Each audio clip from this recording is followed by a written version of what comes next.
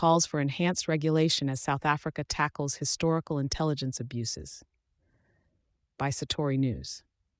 In the wake of historical intelligence abuses facilitated by weaknesses in South African security laws, current efforts have intensified to apply stringent oversight over the nation's intelligence agencies. Rooted in a disturbing legacy of state surveillance misappropriated for political gain, recent developments suggest a pivot toward a future where such practices are overtly reined in. From 2009 to 2018, under the former president Jacob Zuma's leadership, the state security agencies, SSA, engagement in inappropriate covert operations made headlines, raising concerns about the deleterious impact on legitimate political activities and personal privacy. Diverging from this trajectory, President Cyril Ramaphosa championed reforms, including a high-level panel review in 2018, to diagnose the SSA's shortcomings and propose critical reforms.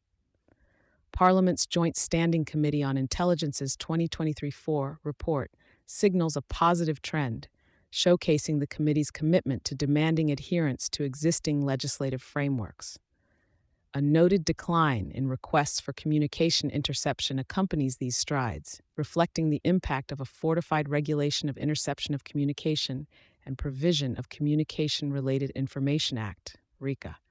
However, with the regulation of communication surveillance seemingly succeeding, there's a veiled risk.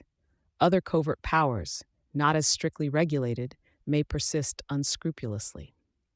I share insights from over a decade of intelligence and surveillance research and experience on the 2018 review panel, voicing that the committee's report has laid bare significant vulnerabilities. The cornerstone of these fragilities lies within the vague ambit of many covert intrusive capabilities.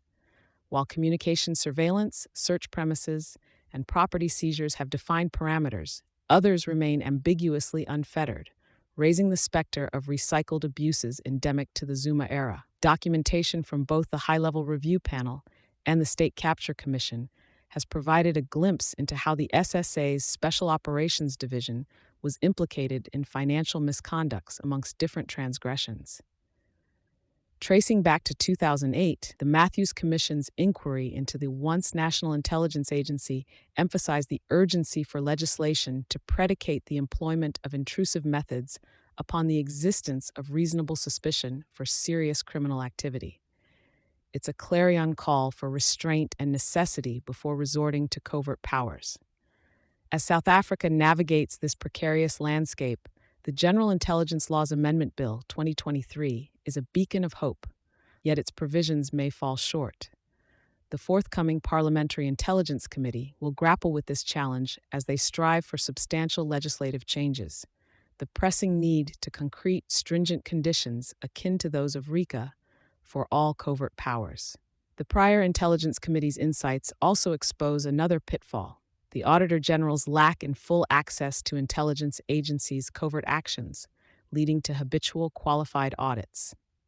This challenge, both financial and ideological in nature, necessitates empowerment on the auditor-general's part, under strict intelligence oversight, to facilitate thorough audits without compromising operational secrecy. Thank you for choosing Satori News.